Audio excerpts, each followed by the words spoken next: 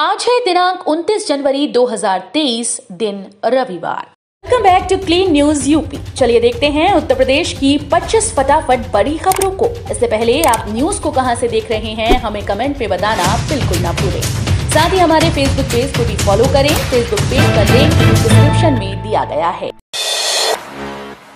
QR code वाली उत्तर पुस्तिकाओं पर होगा एग्जाम, नहीं बदली जा सकेंगी कॉपीज। यूपी बोर्ड परीक्षा में इस बार माफिया उत्तर पुस्तिका बदलने का खेल नहीं कर सकेंगे। इस बार की बोर्ड परीक्षा क्यूआर कोड की उत्तर पुस्तिकाओं पर होगी। उत्तर पुस्तिकाओं के पीछे दर्ज क्यूआर कोड से उनको तलाश करने में ज्यादा मेहनत नहीं करनी होगी। कॉपीज पर पड़े क्यूआर कोड से पूरी जानकारी मिल जाएगी।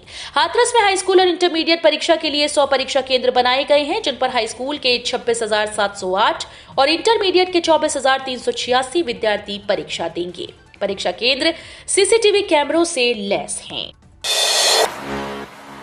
देश में सर्वाधिक बिजली कनेक्शन वाला राज्य बना यूपी। 8 सालों में 2.25 करोड़ परिवारों का रहन सहन बदला। महज 8 साल में 1.47 नए बिजली कनेक्शन देने के साथ ही यूपी देश में सर्वाधिक विद्युत उपभोक्ताओं वाला राज्य बन गया है। दूसरे नंबर पर महाराष्ट्र और तीसरे नंबर पर तमिलनाडु है। यूपी में घरेलू उपभोक्ताओं की संख्या 2.74 करोड़, महाराष्ट्र में करीब 2.40 करोड़ और तमिलनाडु में करीब 2.20 करोड़ के करीब है। महाराष्ट्र और तमिलनाडु में कुल उपभोक्ताओं की संख्या करीब 3 करोड़ बताई जा रही है, जो यूपी से 23 से 25 लाख कम है। सनातन को योगी आदित्यनाथ ने बताया भारत का राष्ट्रीय धर्म, कहा जातिगत भेदभाव मिटाकर एक होने की जरूरत। उत्तर प्रदेश के मुख्यमंत्री योगी आदित्यनाथ ने सनातन धर्म को भारत का राष्ट्रीय धर्म बताया। योगी आदित्यनाथ राजस्थान के भीनमाल के नीलगंज महादेव मंदिर के जीर्णोद्धार और मूर्ति प्राण प्रतिष्ठा कार्यक्रम में शामिल हुए। कार्यक्रम में पहुंचे योगी आदित्यनाथ ने लोगों को संबोधित करते हुए कहा कि जिस तरह से जाति, मजहब और धर्म के भेदभाव को छोड़कर आपसी एकता देखने को मिल रही है, उसे सबको दैनिक जीवन में स्वीकार करना होगा। यूपी बोर्ड परीक्षा की गाइडलाइंस जारी। हर परीक्षा केंद्र पर 50% निरीक्षक बाहर से होंगे। उत्तर प्रदेश की योगी सरकार बोर्ड परीक्षाओं में पूरी तरह से नकेल कसने के लिए तैयार हो गई है। फरवरी में शुरू हो रही आगामी बोर्ड परीक्षाओं को भी नकल विहीन कराने के लिए मुख्यमंत्री योगी आदित्यनाथ ने माध्यमिक शिक्षा परिषद को हर जरूरी कदम उठाने के लिए कहा। इसी क्रम में माध्यमिक शिक्षा परिषद की ओर से परीक्षाओं के दौरान कक्ष निरीक्षकों के लिए दिशा निर्देश जारी किए गए हैं। इनमें कक्ष निरीक्षकों के चयन से लेकर उनके द्वारा किए जाने वाले कार्यों और उत्तरदायित्वों का पूरा लेखा जोखा दिया गया है। इस विभाग में 65 साल तक कर सकेंगे संविदा की नौकरी। रिटायर हो रहे इन कर्मचारियों को मिलेगा फायदा। रिटायर हो रहे अफसर और कर्मचारियों को लेकर बड़ा फायदा मिलने वाला है। 1 फरवरी से लागू हो रही नई सेवा नियमावली के तहत उत्तर प्रदेश राज्य सड़क परिवहन निगम में संविदा पर तैनात होने वाले अधिकारी और कर्मचारी ही नहीं, बल्कि अब संविदा चालक परिचालक भी 65 साल तक नौकरी कर सकेंगे। 177 टेनरी संचालकों को बकाये का नोटिस। गंगा प्रदूषण नियंत्रण इकाई ने की कार्रवाई। कानपुर में गंगा प्रदूषण नियंत्रण इकाई ने सीईटीपी संचालन शुल्क न देने पर 177 टेनरीज को आरसी जारी की है। नगर निगम को भी करीब 16 करोड़ रुपए बकाये के लिए पत्र लिखा। उधर प्लांट संचालन कर रहे ठेकेदार ने 31 जनवरी तक भुगतान न होने पर प्लांट चलाने में असमर्थता जताई है। अगर ऐसा हुआ तो टेनरीज का जहरीला पानी गंगा में जाने की आशंका है। जाजमऊ स्थित कॉमन क्रोम एंफ्लुएंट ट्रीटमेंट प्लांट का संचालन गंगा प्रदूषण नियंत्रण इकाई करती है। लघु उद्योग भारती के 20 प्रस्ताव पर खर्च होंगे 808 करोड़ रुपए। कई प्रस्ताव पर हुए समझौते। फरवरी में होने वाले ग्लोबल इन्वेस्टर समिट के तहत लघु उद्योग भारती की ओर से बैठक गीडा में स्थित उद्योग भवन में हुई। मुख्य अतिथि सहजनवा विधायक प्रदीप शुक्ला मौजूद रहे। इस दौरान लघु उद्योग भारती गोरखपुर के सदस्यों ने निवेश के 20 इंटेंट फॉर्म विधायक एवं मुख्य कार्यपालक अधिकारी गीडा को सौंपा। लघु उद्योग भारती के अध्यक्ष दीपक कारीवाल ने बताया कि लघु उद्योग भारती के सदस्यों ने नए उद्योग और विस्तार के 20 प्रस्ताव दिए हैं। गोरखपुर विश्वविद्यालय से आज रवाना होंगी पोलिंग पार्टीज। 30 जनवरी को होगा मतदान। गोरखपुर फैजाबाद खंड स्नातक निर्वाचन के लिए आज रविवार को गोरखपुर विश्वविद्यालय के वाणिज्य संकाय से पोलिंग पार्टीज बूथ के लिए रवाना होंगी। शाम तक जिले के सभी 56 बूथ पर पार्टीज पहुंच जाएंगी। सोमवार यानी 30 जनवरी को सुबह 8 बजे से 4 बजे तक मतदान होगा। इसके बाद गोरखपुर समेत निर्वाचन क्षेत्र में आने वाले सभी 17 जिलों की पोलिंग पार्टीज यूनिवर्सिटी के वाणिज्य संकाय में बने स्ट्रांग रूम में मतपेटियां रखने पहुंचेंगी। काशी विश्वनाथ धाम में लागू होगी नई व्यवस्था। 4 चरणों में होगी मंदिर की सुरक्षा। महाशिवरात्रि से पहले काशीपुराधिपति के गर्भगृह और उसके आसपास की सुरक्षा व्यवस्था बदल जाएगी। पुलिस के गर्भगृह तक जाने और विशिष्ट लोगों के दर्शन पूजन कराने पर रोक लगाई जा सकती है। ये जिम्मेदारी मंदिर के कर्मचारी ही निभाएंगे। मंदिर प्रबंधन के लोग श्रद्धालुओं को कतारबद्ध कर गर्भगृह तक ले जाएंगे। अभी श्रद्धालुओं को जगह जगह जांच से होकर गुजरना पड़ता है। कुछ पुलिसकर्मी दुर्व्यवहार भी करते हैं। मंदिर की सुरक्षा के लिए गठित हाई पावर कमेटी इस पर फरवरी के पहले सप्ताह तक मुहर लगा सकती है। बेसिक एजुकेशन में 6 साल में बढ़े 60 लाख नामांकन। सीएम योगी ने की ऑपरेशन कायाकल्प की तारीफ। मुख्यमंत्री योगी आदित्यनाथ ने शुक्रवार को परिषदीय विद्यालयों की बेहतरी के लिए चलाए जा रहे ऑपरेशन कायाकल्प की प्रशंसा करते हुए कहा कि पिछले 6 वर्षों में बेसिक शिक्षा परिषद के स्कूल्स में 60 लाख नए छात्रों का दाखिला हुआ। प्रधानमंत्री के वार्षिक संवाद कार्यक्रम परीक्षा पर चर्चा के दौरान स्कूली बच्चों से बातचीत करते हुए मुख्यमंत्री ने कहा कि 2017 से पहले बच्चे नंगे पांव स्कूल आने को मजबूर थे और आज वे सभी जरूरी सामान से भरा बैग लेकर उचित यूनिफॉर्म में स्कूल आते हैं। इलाहाबाद यूनिवर्सिटी में 7 से 4 वर्ष का हो जाएगा ग्रेजुएशन। नई शिक्षा नीति लागू करने की तैयारी हुई तेज। इलाहाबाद विश्वविद्यालय में संचालित 3 वर्षीय स्नातक पाठ्यक्रम अब नए सत्र से इतिहास बन जाएगा। विश्वविद्यालय सत्र 2023-24 से नई शिक्षा नीति को लागू करने जा रहा है। इसके बाद 4 वर्षीय स्नातक सेमेस्टर आधारित पाठ्यक्रम प्रभावी हो जाएगा। 4 वर्षीय स्नातक पाठ्यक्रमों के प्रथम वर्ष में प्रवेश संयुक्त विश्वविद्यालय प्रवेश परीक्षा के जरिए होंगे। वहीं 10 नए पंचवर्षीय प्रोफेशनल पाठ्यक्रमों में प्रवेश पोस्ट ग्रेजुएट एडमिशन टेस्ट के जरिए किए जाएंगे। गोरखपुर से वंदे भारत ट्रेन के संचालन को लेकर तैयारी तेज। आईसीएफ चेन्नई में प्रशिक्षित किए गए 6 रेल कर्मी। गोरखपुर से वंदे भारत ट्रेन के संचालन को लेकर तैयारी तेज हो गई है। सुगम संचालन के लिए इलेक्ट्रिक व कैरेज एंड वैगन विभाग गोरखपुर के 6 रेलकर्मी चेन्नई स्थित इंटीग्रल कोच फैक्ट्री में प्रशिक्षित किए जा चुके हैं। ट्रेन की मरम्मत व रखरखाव की जिम्मेदारी निजी कंपनी ही संभालेगी। सफाई धुलाई के लिए गोरखपुर न्यू वॉशिंग पिट का प्लेटफॉर्म लगभग तैयार कर लिया गया है, जिस पर विद्युतीकरण की तैयारी चल रही है। सपा अध्यक्ष अखिलेश यादव ने कहा, भाजपा के लोग पिछड़ों व दलितों को शूद्र मानते हैं। लखनऊ में गोमती तट पर चल रहे मां पीतांबरा महायज्ञ में शनिवार दोपहर पहुंचे सपा के राष्ट्रीय अध्यक्ष अखिलेश यादव को भाजपा कार्यकर्ताओं ने काले झंडे दिखाए। उनकी गाड़ी के सामने हंगामा कर नारेबाजी की। इसके बाद अखिलेश यादव ने कहा कि भाजपा धर्म के ठेकेदार नहीं हो सकती। उन्होंने आरोप लगाया कि भाजपा के लोग पिछड़ों व दलितों को शूद्र मानते हैं। उनको ये तकलीफ है कि हम उनके धार्मिक स्थानों पर गुरुओं संतों का आशीर्वाद लेने के लिए क्यों जा रहे हैं। अखिलेश यादव से मुलाकात के बाद स्वामी प्रसाद ने धर्म के नाम पर कोई कमेंट करने से किया इनकार।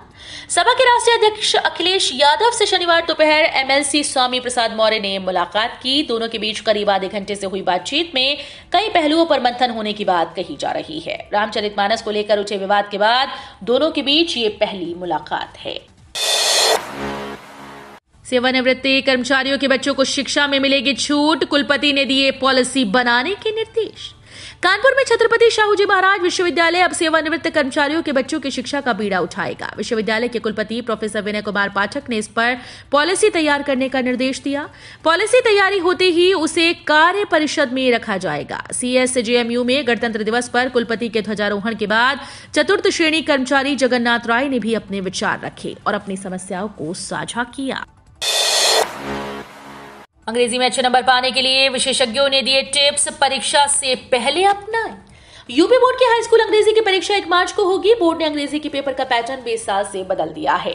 70 अंकों के प्रश्न पत्र में 20 अंक के प्रश्न बहुविकल्पीय पूछे जाएंगे। इसे ध्यान में रखते हुए पहली बार प्रश्न पत्र में गद्यांश पर आधारित परंपरागत प्रश्नों के अलावा इससे जुड़े बहुविकल्पीय प्रश्न भी रहेंगे। इसी प्रकार व्याकरण से जुड़े बहुविकल्पीय आधारित प्रश्न पूछे जाएंगे। आटा, मैदा और सूजी के दाम बढ़े। मसालों की कीमतों में भारी उछाल। गेहूं की कीमत बढ़ने से मंडी में आटा, मैदा, सूजी महंगी हो गई। वहीं तड़के के स्वाद बढ़ाने वाला जीरा सहित कई मसालों की कीमतों में उछाल आया है। बीते 15 दिनों में कुछ मसालों और गेहूं से तैयार होने वाले खाद्य उत्पादों में 5 रुपए 50 रुपए तक की बढ़ोतरी हुई। गोला दीनानाथ के मसाला व्यापारी दुर्गा प्रसाद ने बताया कि पहले 300 रुपए किलो मिलने वाला जीरा 60 रुपए प्रति किलो महंगा हुआ। इसी तरह सौंफ 30 रुपए और काली मिर्च 40 रुपए महंगी हुई। उधर विश्वेश्वरगंज मंडी के व्यापारी रामधनी ने बताया कि इन दिनों गेहूं की कीमत बढ़ने से आटा, मैदा, सूजी की कीमत 35 रुपए किलो हो गई है। प्रकाश राजभर ने की राजा सुहेलदेव को भारत रत्न देने की मांग, अखिलेश यादव को घेरा। सपा के संस्थापक मुलायम सिंह यादव को मरणोपरांत पद्म विभूषण दिए जाने के ऐलान के बाद यूपी में सियासत गर्मा गई।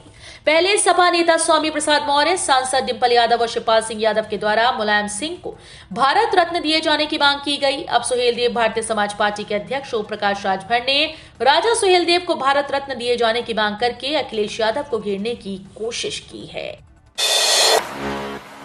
अडानी समूह पर हिंडनबर्ग की रिपोर्ट को लेकर मायावती ने सरकार को घेरा, बोली लोग चिंता में हैं। अडानी समूह पर हिंडनबर्ग की रिपोर्ट को लेकर बसपा सुप्रीमो मायावती ने सरकार को घेरते हुए कई तरह के सवाल उठाए। शनिवार को अलग अलग ट्वीट में मायावती ने कहा कि इस रिपोर्ट से शेयर बाजार पर बहुत बुरा असर पड़ा। ये मामला लोगों की गाढ़ी कमाई से जुड़ा है, जबकि सरकार चुप है। एक ट्वीट में मायावती ने कहा कि देश में पिछले 2 दिनों से गणतंत्र दिवस से ज्यादा प्रमुख अडानी उद्योग ग्रुप के संबंध में अमेरिकी फर्म हिंडनबर्ग की आई नेगेटिव रिपोर्ट से शेयर बाजार पर व्यापक बुरा प्रभाव आदि काफी चर्चाओं में है। लखनऊ में आज होगा T20 अंतर्राष्ट्रीय मैच न्यूजीलैंड से। लखनऊ के इकाना स्टेडियम में आज 29 जनवरी को न्यूजीलैंड और भारत के बीच दूसरा T20 इंटरनेशनल मैच खेला जाएगा। रविवार को क्रिकेट का मैच होने से क्रिकेट फैंस जोश में हैं। रांची में खेले गए पहले T20 मैच में हार के बाद अब भारत के पास लखनऊ में हिसाब बराबर करने का अच्छा मौका है। वहीं आज 50,000 दर्शकों की क्षमता वाले इकाना स्टेडियम दर्शकों से भरा होगा। हालांकि भारतीय फैन के लिए यूपीसीए ने T20 अंतर्राष्ट्रीय मैच के संबंध में गाइडलाइन जारी की है। मोदी के शासन में बीते 8 वर्षों में किसानों की आय 10 गुना बढ़ी, कृषि मंत्री नरेंद्र सिंह तोमर का दावा। केंद्रीय कृषि मंत्री नरेंद्र सिंह तोमर ने केंद्र और राज्य सरकारों की नीतियों की जमकर तारीफ करते हुए शनिवार को दावा किया कि बीते नरेंद्र मोदी के शासन के दौरान बीते 8 वर्षों में किसानों की आय 10 गुना बढ़ी। आजमगढ़ में 2 दिन के प्रवास पर आए तोमर भाजपा कार्यालय पर पत्रकारों से बात कर रहे थे। कृषि मंत्री ने कहा कि सरकार लगातार गरीब व जरूरतमंद के हितों को ध्यान में रखकर कार्य कर रही है। सरकार लगातार लोगों को नौकरी दे रही है। विपक्ष के दावों में कोई दम नहीं, जनता ने विपक्ष को नकार दिया है। कूड़े के ढेर में फेंका जा रहा मेडिकल वेस्ट, सीएमओ व नगर निगम को सौंपी 100 प्राइवेट हॉस्पिटल की लिस्ट। ये बेहद चिंताजनक है। अलीगढ़ के 100 निजी अस्पताल ऐसे हैं जिनका मेडिकल वेस्ट नियम के अनुसार निस्तारण के लिए नहीं भेजा जा रहा, बल्कि उसे कूड़े के ढेर में फेंका जा रहा है। खुद मेडिकल वेस्ट निस्तारण करने वाली फर्म ने सीएमओ व नगर निगम को इन अस्पतालों की सूची सौंपी। अब इन अस्पतालों के खिलाफ कार्रवाई की तैयारी की जा रही है। यूपी में फिर करवट बदलेगा मौसम, इन जिलों में बारिश के साथ गिर सकते हैं ओले। पश्चिमी विक्षोभ के सक्रिय होने से मौसम फिर से करवट बदलने जा रहा है। आज रविवार और कल सोमवार को मौसम का मिजाज काफी बिगड़ा रहा। इस दौरान आसमान पर बादल छाने और गरज चमक के साथ बारिश होने की संभावना जताई है। इसके साथ ही 1-2 बार ओले गिरने का अनुमान भी जताते हुए येलो अलर्ट जारी किया गया। मुरादाबाद और आसपास के क्षेत्रों में आज मौसम के बिगड़ने के आसार हैं। मौसम विभाग की तरफ से जारी पूर्वानुमान के मुताबिक अगले 48 घंटे तक आसमान में बादल छाए रहने और बारिश की संभावना है। 10.15 करोड़ से 71 स्कूल की सूरत बदलेगा जीडीए, शासन को भेजा प्रस्ताव। गोरखपुर विकास प्राधिकरण जिले के 71 प्राथमिक विद्यालयों का 10.15 करोड़ रुपए की धनराशि से कायाकल्प करेगा। इसके लिए प्राधिकरण ने त्वरित आर्थिक विकास योजना के तहत धन की स्वीकृति के लिए शासन को आगणन भेजा है। शासन की ओर से एक स्कूल को आधुनिक बनाने के लिए औसतन 31.11 लाख रुपए खर्च आंका गया। स्मार्ट स्कूल के आंकड़न को 2 भागों में बनाया गया है। पहले भागों में प्रति स्कूल 14.29 लाख और दूसरे भाग में 16.82 लाख रुपए खर्च होने हैं। धूप के धोखे से रहें सावधान, डॉक्टर दे रहे ठंड से बचने की सलाह, बढ़ रही हृदय रोग की। ठंड कम होने से लोगों ने लापरवाही बरतनी शुरू कर दी है। इस वजह से हृदय, न्यूरो व निमोनिया की दिक्कतें बढ़ गई। जिला अस्पताल और बीआरडी मेडिकल कॉलेज में इन बीमारियों के रोगियों की संख्या बढ़ी है। विशेषज्ञों ने धूप के धोखे में न आने और ठंड से बचने की सलाह दी। कम होती ठंड में हृदय, चेस्ट व ब्रेन स्ट्रोक की दिक्कतें बढ़ी हैं। चेस्ट, बाल रोग व हृदय रोग विभाग में गंभीर रोगी आ रहे हैं। इसमें 10% रोगियों को भर्ती करना पड़ रहा है। तो ये थी आज की 25 फटाफट बड़ी खबरें। अगर आपको न्यूज पसंद आई हो तो वीडियो को लाइक और शेयर जरूर करें। धन्यवाद।